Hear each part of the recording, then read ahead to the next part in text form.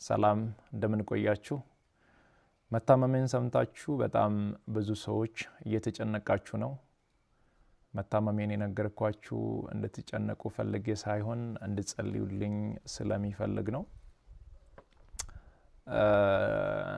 በእርግጥ አዲስ ሚዲያ ኔትወርክ ጋር በነበረን ኢንተርቪው ቆይታ ጋዜጠኛው በድንገት ጠይቀኝ መታመሜን ነግራችኋለሁ።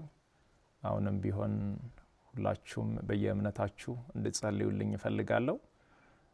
ህመሙ የጀመረው አሁን አይደለም፣ ተላምደናል። ዛሬ 1 ዓመት ከ5 ወር አካባቢ የሚሆን ይመስለኛል። ያኔ ጎፋ በመሬት ናዳ ምክንያት ወገኖቻችን በሞቱ ጊዜ ለማገዝ እዛ ነበርኩኝ። እዛ ታመምኩ። ከዛ በኋላ ህመሙ በዛው ነው የቀጠለው። እስካሁን ባለው የህክምና ክትትል እያደረኩ ነው።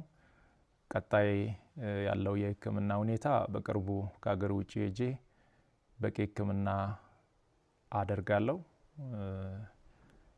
ህክምና ብቻ ሳይሆን በዚህ ሰዓት ለኔ የሚያስፈልገው ኢትዮጵያ እናቶች፣ ኢትዮጵያ አባቶች፣ ወጣቶች ሁላችሁም በየእምነታችሁ እንድትጸልዩልኝ እፈልጋለሁ። እኔ ወደ ህክምናው እስከሚሄድ ድረስ የታመሙ አልጋ ላይ ያሉ ወገኖችን እያሳከምን እንቆያለን። በመጨረሻም አንድ ማለት የሚፈልገው በዚህ ሰዓት ለኔ የሚያስፈልገኝ አንድ ነገር ብቻ ነው።